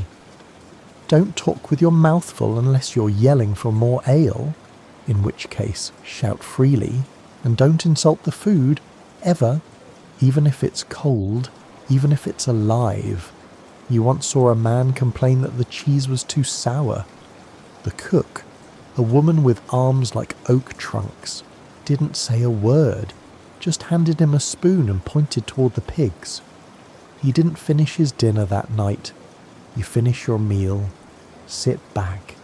A sliver of cabbage clings to your shirt. You flick it off.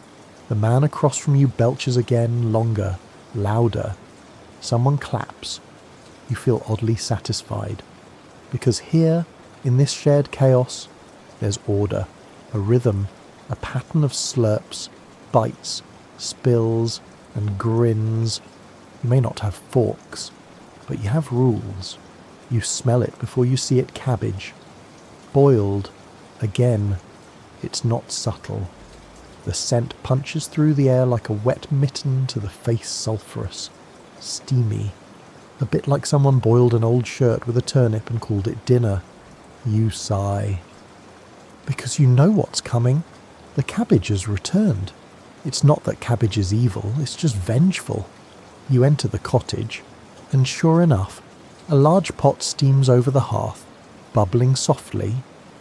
Inside, shredded cabbage, a few onion slivers, and a sad-looking root that might once have been a parsnip.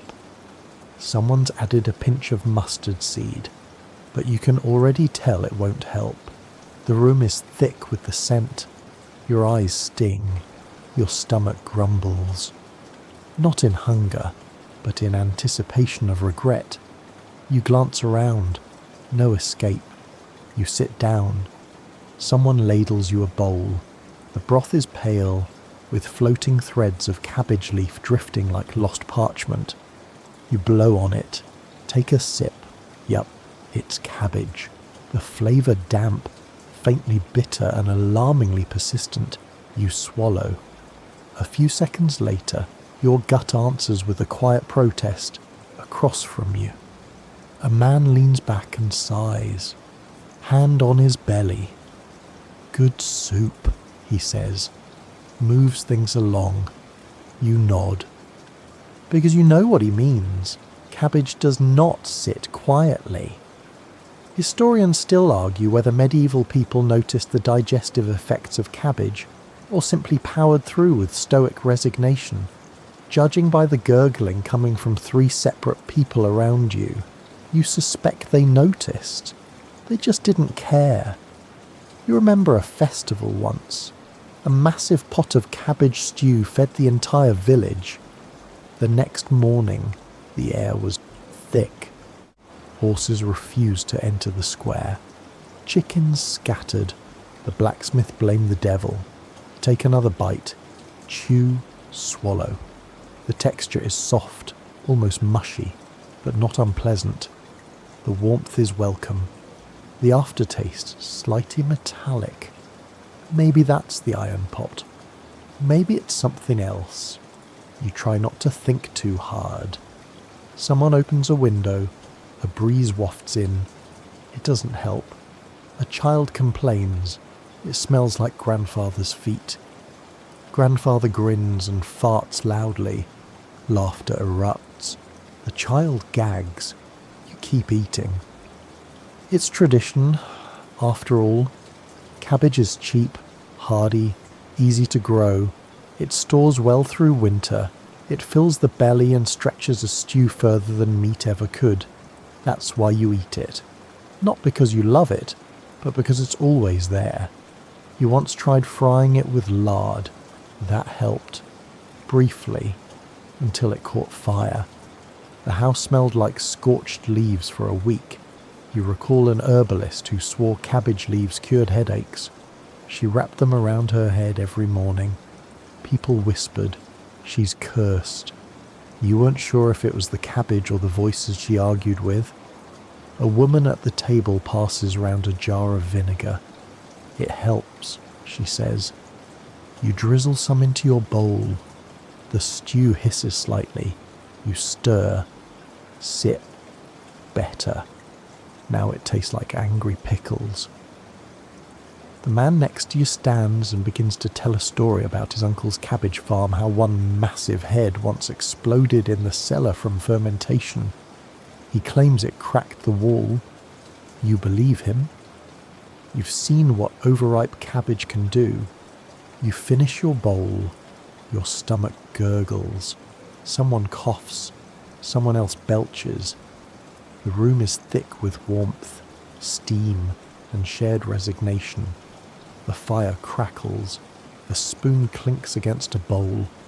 The baby in the corner starts crying, perhaps in protest, and then it begins, soft at first, then louder, a symphony of intestinal dissent, a gentle wave of poots, toots, and unspoken apologies.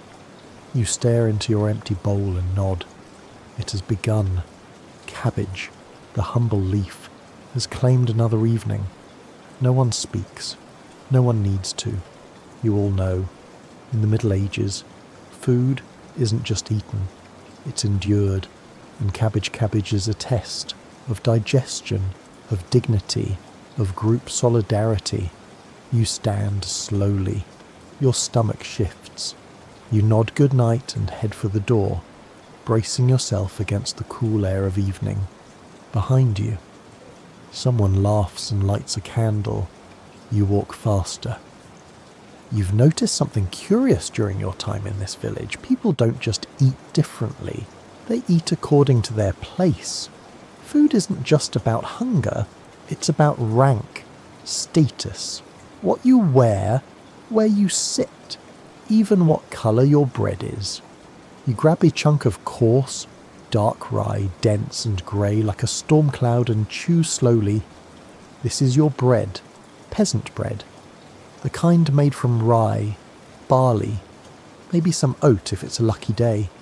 It's filling, but not exactly soft. If it had a voice, it would mumble and complain about the cold. Then you remember the white bread from the Lord's kitchen. You had it once. It was so soft it practically apologised as you bit into it. That's his bread. Noble bread. Made from fine wheat flour. Sifted and cleaned by people who've never had to bite through stone grit. It's not just different, it's symbolic. Because in the Middle Ages, what you eat says who you are. You visit the blacksmith's hut where his wife is stirring a pot of barley and greens. Not for guests, she says, then pauses. Unless you're hungry. You are. She gives you a bowl. No meat, no cheese, just what they had, a mile away. The manor house is prepping a feast. You helped carry a goose in yesterday, plucked and dressed for roasting. They'll eat swan, maybe eel pie, and they'll serve it on pewter with a side of peacocking. You're not invited. Historians still argue how rigid food-based social divisions truly were. But there's no denying it, the rich flaunt what they can chew, and the poor make do with what doesn't bite back. You remember a wedding once. The bride's family saved up for weeks to buy a wheel of cheese. Cheese. It was paraded through the village like a holy relic. Everyone got a sliver. You still talk about it. The flavour was sharp, the moment sweeter. You pass a group of field hands eating cold porridge with bare fingers, no bowls. Just hands, mouths, and tired eyes. No one complains.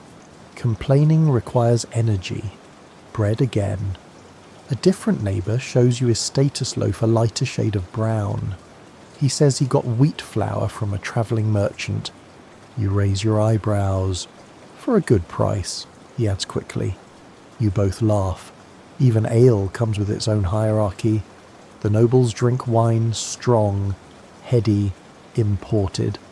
The peasants drink ale brewed in buckets, cloudy and warm. And water. Well, let's just say nobody's lining up for that privilege. You once saw a merchant's son turn up his nose at barley stew, called it animal food. You watched his father slap the back of his head and eat 3 bowls. Dessert. That's a fantasy. For you, it's a dried apple slice if someone was generous. For them, it's almond tarts, candied violets, spiced pears poached in wine. You helped wash the plates once. You lick the spoon. It tasted like a song you weren't allowed to sing, and feasts don't get you started. A noble's feast isn't just a meal, it's a performance. Swans stuffed with herbs, pies that bleed fish, glistening towers of meat, and everything has a garnish rose petals, gilded almonds, a roasted apple pierced with cloves. It's a painting, not food. Sometimes you wonder if they even taste it, because while they eat for display, you eat for survival. Still, you find beauty in your bowl. A turnip may not wear gold, but it warms your belly. A rough crust may not impress a noble, but it fills the gap. And status isn't always about wealth. Sometimes it's about cleverness. You've seen a widow make a feast from cabbage, beans, and a spoonful of pork fat. You wept a little. Even animals follow this food chain. The Lord's hounds eat better than most villagers. You once saw them gnawing on a rack of lamb. You were eating boiled nettles. You made eye contact with the dog. It did not blink. You arrive home, carrying a sack of stale loaves from the baker. He gave them to you with a shrug. Too tough for the rich, he said. Too good to waste. You thank him. Because in this world, food is not just nourishment. It's a language, a ranking, a whisper that says this is your place. And sometimes, when no one's looking, you take that coarse bread, dip it in warm ale, close your eyes, and imagine it soft and golden, just for a moment. Tonight's story, you're told, is about a king. You're hunched near a fire pit, gnawing on what might be the last clean bone in the village, when someone leans in and says, "Did you ever hear about the feast that killed a king?" You stop chewing. They smile, eyes gleaming in the firelight. Lampreys. Ah yes, that story. You've heard versions before, about how King Henry III of England, a man of appetite and ambition, died not from battle or betrayal, but from dinner. Specifically, from eating a surfeit of lampreys, too many eels, not enough caution. You blink. you're eating a turnip. Lampreys, for context, are long, slippery, eel-like fish with circular tooth-ringed mouths that look like something from a nightmare. They were considered a delicacy by the rich and powerful. Roasted, spiced, soaked in wine. You've never seen one. You hope never to, but King's kings ate them like snacks. The tale goes that Henry's doctor warned him no more lampreys. Too rich, too heavy, too oily. Henry didn't listen. He feasted anyway. Days later, he was dead. Historians still argue over the cause. Some say food poisoning, others suggest a heart attack, a few mutter about a stomach ulcer bursting. But lampreys is what everyone remembers. The meal that took down a monarch. You picture it a glittering hall, golden plates, roasted meats stacked in towers, servants pouring wine into goblets larger than your skull. The king, seated at the head of the table, eyes glittering, sweat on his brow, reaching for another piece of lamprey pie, the room spinning slightly, the candlelight bending, his stomach groaning. You've had cabbage stew for 5 nights straight. You're not dying from overeating. Still, the story sticks with you. Because if a king can be undone by food, what hope does anyone else have? You ask the storyteller what lamprey tastes like. Mud and old coins, they say. You nod. Sounds about right. Feasts in noble courts are dangerous games. Rich sauces, heavy meats, sweets piled high, and wine that never stops pouring. The body doesn't stand a chance. Indulgence becomes a threat. You've seen nobles waddling home from dinner, flushed and wheezing, moaning about a fullness of the stomach. That's noble speak, for I made a terrible mistake. You remember a baron who once ate so many stuffed dates he passed out mid-bite. No one noticed for half an hour.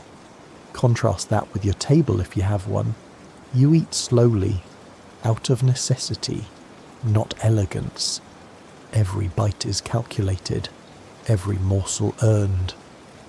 Your stomach grumbles because it's empty, not overwhelmed. There's irony in this while the rich gorge themselves into illness. The poor cling to every root and crust to stay upright. One chokes on excess, the other on absence. A woman across the fire shares her own tale. A bishop who claimed fasting was holy then died after sneaking roasted duck under his robes.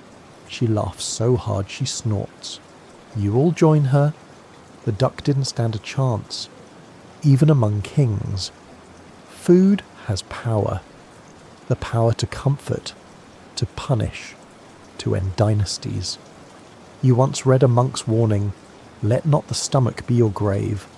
Wise words from a man who probably subsisted on lentil mash and regret. Still, you get the point.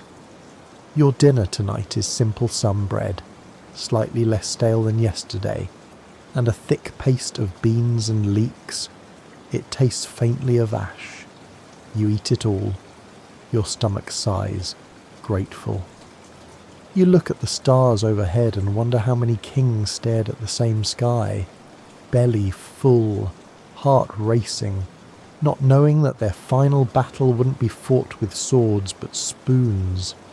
You lean back, foolish, warmish, and a little smug, because you may not dine in castles, but at least you'll wake up tomorrow. The fire's nearly out now. It's late, how late? You don't know, because no one owns a clock but the embers are glowing low, and the cottage has settled into a kind of stillness. Someone coughs, someone else shifts under a wool blanket, and your stomach growls, soft and steady, like a lullaby made of hunger. You're not starving, not really, just unfinished, half full, light.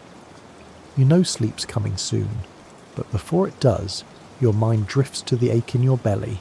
It's not pain, not exactly. It's just that hollow echo where dinner should be. You're used to it. The stew was thin tonight. Barley and cabbage, no fat, no meat, no salt, just heat and routine. You ate slowly, made it last. Scraped the bowl, lick the spoon, then you scrape the bowl again, just in case you missed something. You didn't. Now you lie on a bed of straw that pokes through the linen sack you sleep on, listening to the wind against the walls and the slow creak of the beams above your head. Somewhere, a rat scurries. Somewhere else, a dog barks once and then falls silent. It's cold. You pull your blanket tighter. You're not alone in this. Hunger lives in every hut on this lane. You can feel it in the way people move, the way they huddle over their bowls, the way they go quiet when food runs short and conversation feels like a luxury. You remember a feast once, long ago. Not yours, someone else's. The smells drifted through the village like music roast goose, fresh bread, even honey-glazed apples. You stood near the wall, pretending not to notice. Later that night, you ate a piece of onion on stale crust and pretended it was sweet. Everyone pretends a little. And yet, despite it all, there's comfort here. The rhythm of survival, the scraping of spoons, the warmth of fires, the quiet nod shared over a communal bowl. Food may be bad frequently, confusingly, fantastically bad, but it binds you to others. You chew the same stale bread. You drink the same cloudy ale. You suffer the same cabbage aftermath. You belong. You shift under the blanket. Something crunches under your hip. A breadcrumb. You fish it out. Sniff it. Still good. You pop it in your mouth. There. That's better. Sleep comes in waves now. Your thoughts blur. You imagine tomorrow's meal: more beans. Probably. Maybe lentils. Maybe, if the gods are smiling, a crust with some lard on it. You smile at the thought, eyes half-lidded.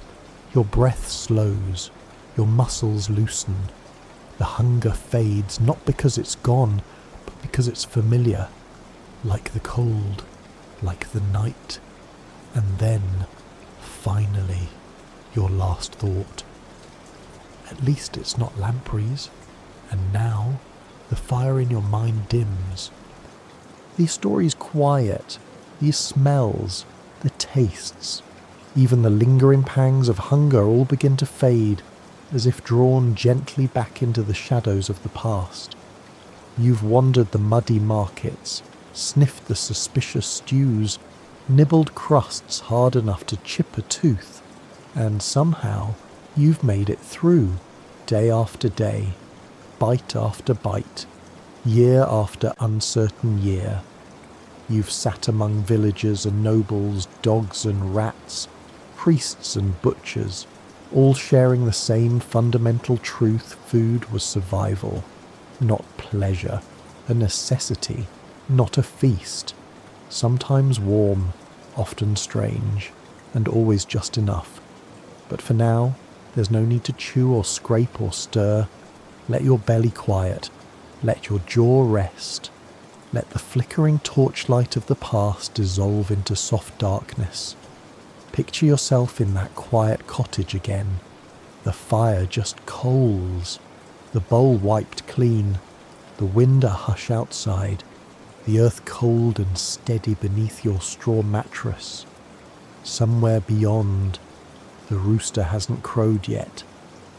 The world hasn't demanded anything new. You're still, and maybe, in your dreams, you'll walk into a kitchen where the bread is soft, the stew is seasoned, and the butter isn't plotting against you. Maybe, for now, rest. You've eaten what there was. You've seen what it meant. And your story this old, strange, cabbage-scented tale is ready to end for tonight. Sleep well, sleep deep, and dream of warmth